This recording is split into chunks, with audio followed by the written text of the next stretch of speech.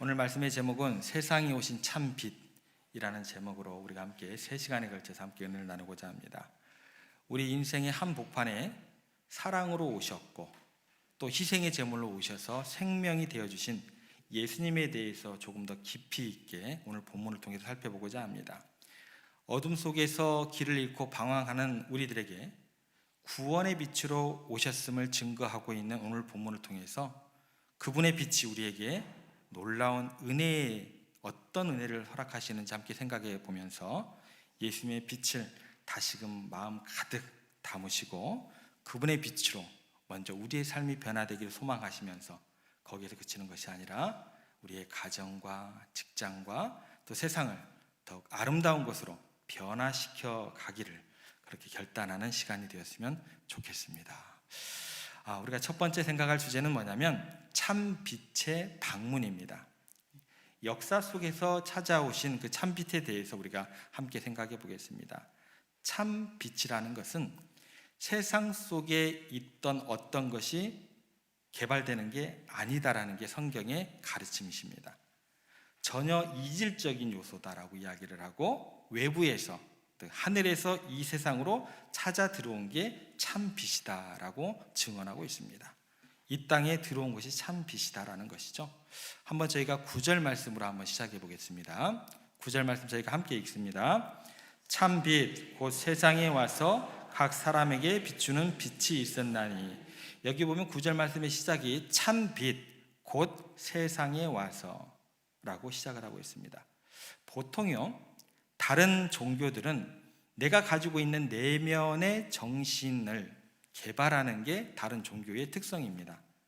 인간 스스로 그래서 선행을 하든지 또 고행을 통해서든지 또 득도를 통해서 해탈을 통해서 뭔가 신의 경지에 이르는 것, 순전히 내적인 요소를 통해서 빛을 발견한다는 것이 다른 종교들에게 출발이고 시작이고 마지막이 되는 것입니다.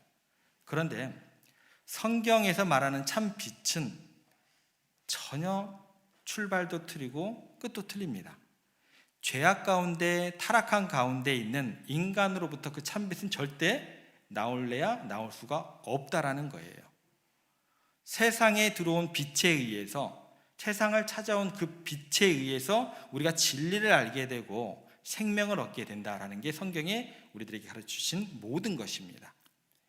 성경은요 온통 이렇게 찾아오시는 그 빛이 우리 가운데 찾아오시고 함께 하시는 그 이야기로 가득하게 됩니다. 처음 시작하고 있었던 에덴 동산에서 아담과 하와가 하나님을 먼저 찾은 것이 아니었습니다.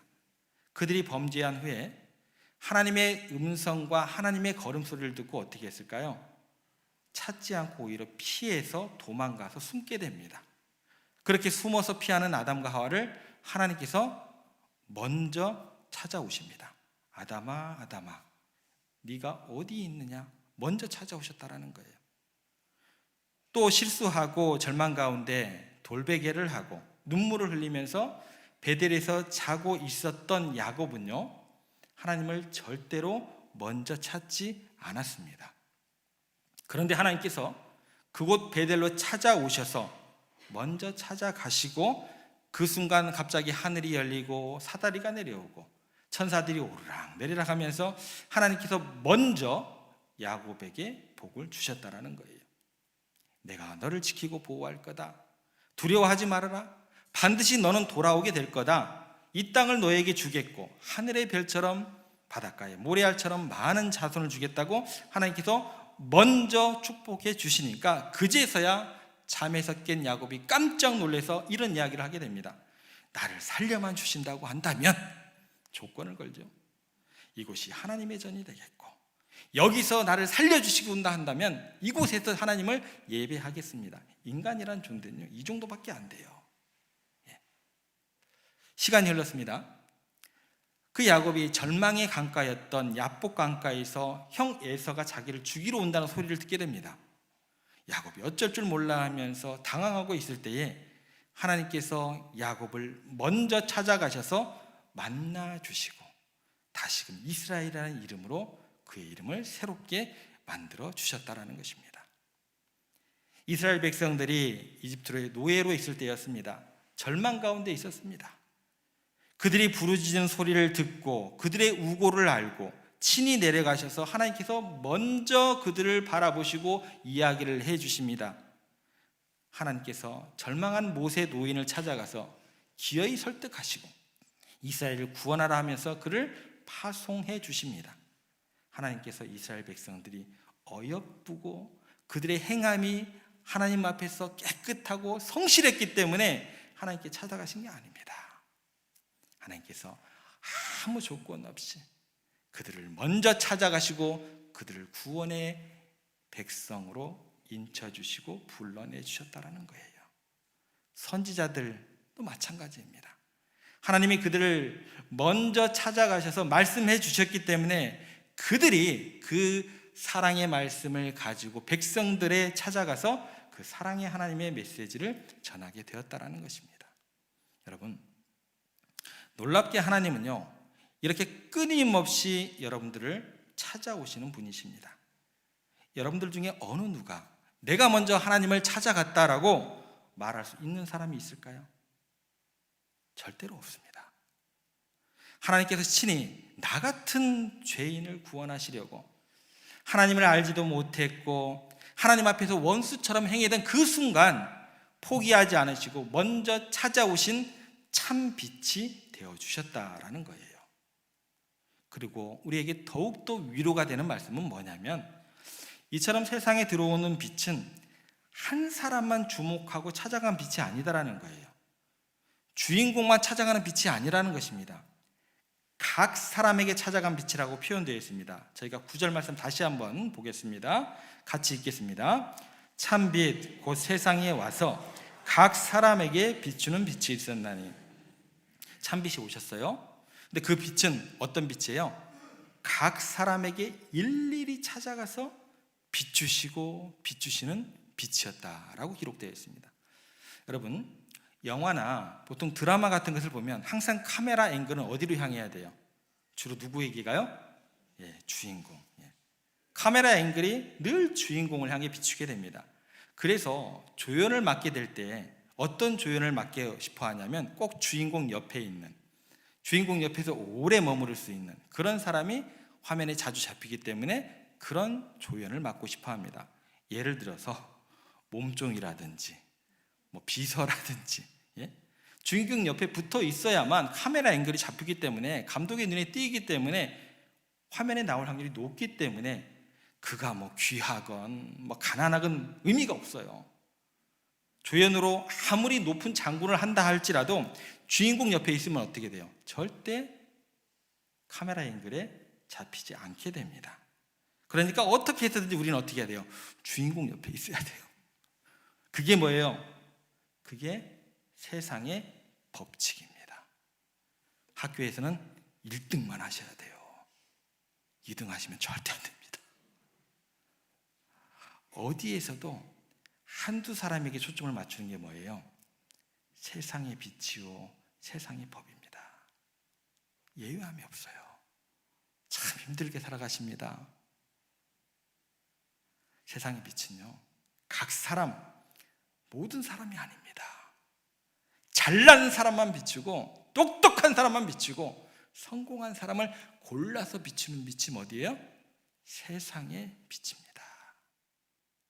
그런데 성경에서 말하는 하나님의 빛은 각 사람에게 비추는 빛이에요. 모든 사람을 찾아가서 일일이 비추는 빛이십니다. 모든 사람을 소중하게 비추고 모든 사람을 주인공으로 비추는 빛이 성경에서 얘기하는 참 빛이다라는 거예요. 그것은 철저하게 한 사람 한 사람의 생명을 소중하게 여기고 사랑하는 하나님의 마음이 고스란히 그 빛 가운데 담겨 있는 내용이 되는 것입니다. 세상의 어떤 종교도 어떤 신도 이렇게 죄인을 개별적으로 찾아다니면서 먼저 다가가는 경우는 없습니다. 그런 종교 믿지도 말고 따라다니지도 마세요. 참빛 되시는 우리 주님과 같은 분은 없으십니다. 파리 앵발리드 성당에 가면 나폴레옹의 무덤이 있다고 합니다. 이 성당 한가운데를 보면 막 큰 대리석으로 만든 나폴레옹의 관이 있고, 관을 뺑 둘러서 너무나 막 휘황찬란하게 그렇게 잘 치장이 되어 있고, 그 관 앞에 나폴레옹의 유언이 적혀 있다고 합니다. 그 유언의 내용은 이렇습니다. 나는 나의 유골이 세느 강변, 내가 그토록 사랑했던 프랑스 국민 한가운데서 안식하기를 원하노라.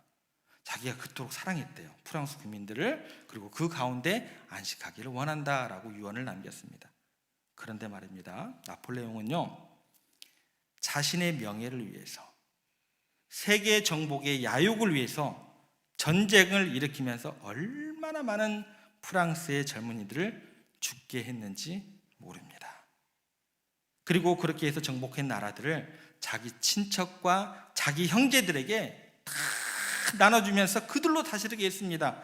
그런데도 그가 했던 말이 뭔 줄 아세요? 나는 프랑스 국민을 사랑했습니다 라고 유언을 했습니다. 히틀러를 생각해 볼게요. 그가 했던 연설의 모든 내용을 보면 항상 했던 말이 뭐냐면, 사랑하는 독일 국민 여러분, 그렇게 독일 국민을 사랑해서 나는 지금 이 일들을 정치를 하고 있습니다 라고 하면서 세계 정복을 한다고 하면서 러시아 침공 때 혹독한 그 겨울에 그 추위 속에서 신양 때문에 병사들이 다 죽어가고 있는데, 제발 이 작전만은 중단해야 됩니다. 너무나 많은 사람들이 죽어가고 희생되어져 가고 있습니다. 취소하자고 그랬더니 내가 한 명령은 취소할 수 없다고 하면서 진격하라고 하면서 수십만 명의 사람들을 죽음으로 내몰았습니다. 그러면서 이렇게 자기는 고백을 합니다. 나는 독일 국민을 너무나 사랑합니다 라고 이야기를 했습니다. 철저히 이기적이에요. 철저히 자기 야욕을 위해서 사람들의 생명을 가볍게 여기는 그런 세상의 빛 스스로, 그런 지도자들이었어요. 늘 우리는요, 이런 걸 사랑이라고 들었고 이런 사랑을 우리가 경험하게 되었다라는 거예요. 자기 집착, 자기 중심적이고 자기의 욕망을 위해서 차가운 사랑을 하면서도 나는 당신들을 사랑합니다 라고 이야기하는 그 사랑이 이 세상의 모든 사랑이었다라는 거예요. 그게 빛이 될까요? 그게 참빛이라고 이야기할 수 있을까요? 그런데 우리 주 예수님은 그런 사랑을 하신 게 아닙니다. 각 사람, 한 사람 한 사람 너무나 소중히 여기시고, 설령 그분 본인께서 멸시를 당한다 할지라도 끝까지 쫓아가시고 포기하지 않으시고, 소외된 한 사람, 어두운 구석에 버려진 동전을 찾을 때까지 찾으시고 잃어버린 양 한 마리를 찾을 때까지 찾으시는 그런 사랑을 우리에게 해주셨다라는 거예요. 우리의 왕이신 예수님은 내 인생의 한복판에 그렇게 희생의 제물로 다가오시는 사랑을 우리들에게 몸소 보여주셨다라는 것입니다. 여러분, 성경은요, 온통 이렇게 하나님의 사랑 고백 이야기로 가득하게 됩니다. 예를 들어서 야곱의 부인 중에 레아라는 사람이 있었습니다. 성경의 표현대로 하면, 제 표현이 아니에요, 성경의 표현대로 하면 레아는요, 시력이 굉장히 약했습니다. 그리고 못생긴 여인이었습니다. 성경의 표현이에요, 제 표현이 아니에요. 그래서 남편인 야곱마저도 거들떠보지 않았던 여인이 누구예요? 레아였습니다. 그런데 성경에 의해서 그녀에 대해서 다시 이렇게 기록되어 있습니다. 하나님께서 레아가 야곱에게 사랑받지 못함을 보시고 레아에게 먼저 찾아가셔서 그녀를 먼저 축복하시고 그의 태를 여셨느니라. 어느 정도까지 먼저 찾아가시고 그에게 관심을 기울이셨냐면, 너무나 아름다웠던 라헬이 질투할 정도로 하나님께서는 누구에게 주목하셨다고요? 못생긴 그 레아를 주목하셨다라는 거예요. 뭐를 보고 있었다고요? 레아가 사랑받지 못함을 먼저 보시고 그녀에게 먼저 복을 주시고 그녀로 먼저 잉태케 하셨다. 그게 그 다음 이야기로 쭉 나오는 이야기입니다. 그래서 레아는 어떻게 됐을까요? 계속해서 아이를 낳게 됩니다. 그래서 야곱이 결국 자기에게 아들을 낳아주는 레아를 무시할 수 없게 만들어 주십니다. 처음에는 무시했다가 그 하나님의 관심과 사랑이 쏟아지는 그 레아를 주목하지 않을 수 없는 지경에 이르게 만드셨다라는 거예요. 여기서 그치는 게 아니에요. 하나님께서는 레아를 통해서 유다가 태어나게 하십니다. 유다의 계보를 통해서 다윗이 나오게 됩니다. 다윗의 계보를 통해서 메시아 예수님이 태어나게 되십니다. 예수님께서 태어나심으로 말미암아 모든 인류가 아름답지 못한 여인, 눈이 침침한 그 여인이었던 레아를 주목하지 않을 수 없게끔 하나님께서 만드셨어요. 누가 레아를 잊어버리겠어요? 메시아의 조상이 되었는데 하나님은 그렇게까지 각 사람에게, 연약한 사람에게, 외면받는 사람에게, 모두에게 빛을 비춰주시는 참 빛이 되어주셨다라는 것입니다. 모압 여인 룻에게도 마찬가지고 불쌍한 며느리 다말에게도 하나님은 각 사람에게 빛을 비춰주십니다. 예수님께서 오셨습니다. 사마리아 수가성 여인도 마찬가지에 빛을 비춰주십니다. 예수님께서 하루는 사마리아 수가성으로 들어가게 됩니다. 목이 너무 말라요. 우물가에 있는 여인에게 다가가십니다. 물 한 잔 주십시오. 물 한 잔 떠주세요 라고 이야기를 했다가 엄청나게 수모를 당하십니다. 유대인 남자가 말이야 어디 나에게 이야기를 거냐고 그 말을 듣게 됩니다. 예수님 향해서 엄청나게 혼을 냅니다. 그리고 물도 먹을 쪽박도 없으면서 물 떠달라고 한다고 막 면박을 줍니다. 그리고 우리 조상 야곱이 당신보다 훨씬 위대하다고 하면서 막 그렇게 모욕을 합니다. 그런데 예수님은 그 여자에게 가진 수모를 당하면서도 그 여인을 얘기를 다 들어주시고 치유하시고 회복시켜주시고 그녀를 높이 들은 사도들의 사도로 만들어 주십니다. 그래서 그 여자가 사마리아 수가성 전체를 구원하는 하나님의 능력의 도구로 쓰임받게 됩니다. 예수님의 마지막 명령이 뭔 줄 아세요? 예루살렘과 유다와 사마리아와 땅끝까지 이르러. 사마리아가 언제요? 땅끝 바로 전입니다. 그런데 이 여인이 땅끝 바로 직전인 사마리아를 복음화시키는데 온전히 크게 쓰임을 받게 됩니다. 나중에 오순절 성령 강림 이후에 복음을 전하러 사람들이 사방으로 흩어지게 됩니다. 근데 사마리아에 딱 들어가서 복음을 딱 전하려고 하니까 거기에 먼저 믿는 사람들이 가득한 거예요. 왜일까요? 사마리아 수가성에서 예수님을 만났던 그 여인이 벌써 땅끝 직전인 그 사마리아 땅을 어떻게 해요? 복음화 시켜버린 거예요. 사도들이 사도가 되게 해버린 거예요. 그녀는요 부끄러웠습니다. 사람을 피해 다니면서 한낮에 우물에서 물을 기르는 너무나 인생 자체가 서러운 여자였었는데 모든 사람이 무시하는 그 여인을, 더군다나 예수님도 제대로 알지도 못했어요. 그 여인을 하나님께서는 주목해 보셨고 예수님께서 먼저 찾아가셨고 그녀에게 참 빛을 비춰주신 것입니다. 그래서 그녀는 위대한 복음을 전하는 사도가 되었다라는 거예요. 여러분, 찬송가 중에 이런 가사가 있습니다. 주 예수 내가 알기 전 날 먼저 사랑했네. 그 크신 사랑 나타나 내 영혼 거듭났네. 주 내 맘에 늘 계시고 나 주의 안에 있어 저 포도비유 같으니 참 좋은 나의 친구. 예수님께서 여러분들을 친히 찾아오시고 구주가 되어주시고 친구가 되어주셨다는 것을 믿으시기 바랍니다. 아메리칸 인디언들이 말하는 것처럼 친구란 그의 어깨에 나의 슬픔을 대신 짊어져 주는 사람입니다. 그분이 우리의 참 빛이요 우리의 구원자 되시오 우리의 모든 것 되시는 우리 예수님인 줄 믿으시기 바랍니다. 여러분들이 주님을 알든 모르든 주님께서는 여러분들을 먼저 사랑하셔서 여러분들을 구원하기를 원하셨다라는 진리입니다.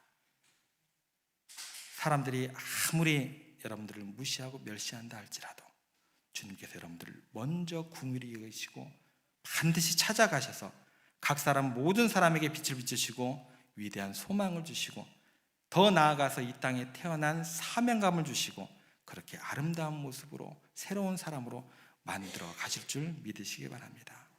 여러분들이 참 미친 그 주님을 만났다고 한다면 그 은혜를 경험했다고 한다면 여러분들의 가정에서, 직장에서 어두운 곳을 비추는 그런 빛과 같은 역할을 하셔야 됩니다. 각 사람을 소중하게 여기시고 그 사명을 감당해야 할 것입니다. 여러분들이, 그리고 우리 교회가 예수님의 작은 참빛이 되어서 어두운 시대를 밝히는 그런 귀한 일들에 귀하게 쓰임받는 여러분들과 세종의 모든 가족들 되시기를 주님의 이름으로 축복합니다.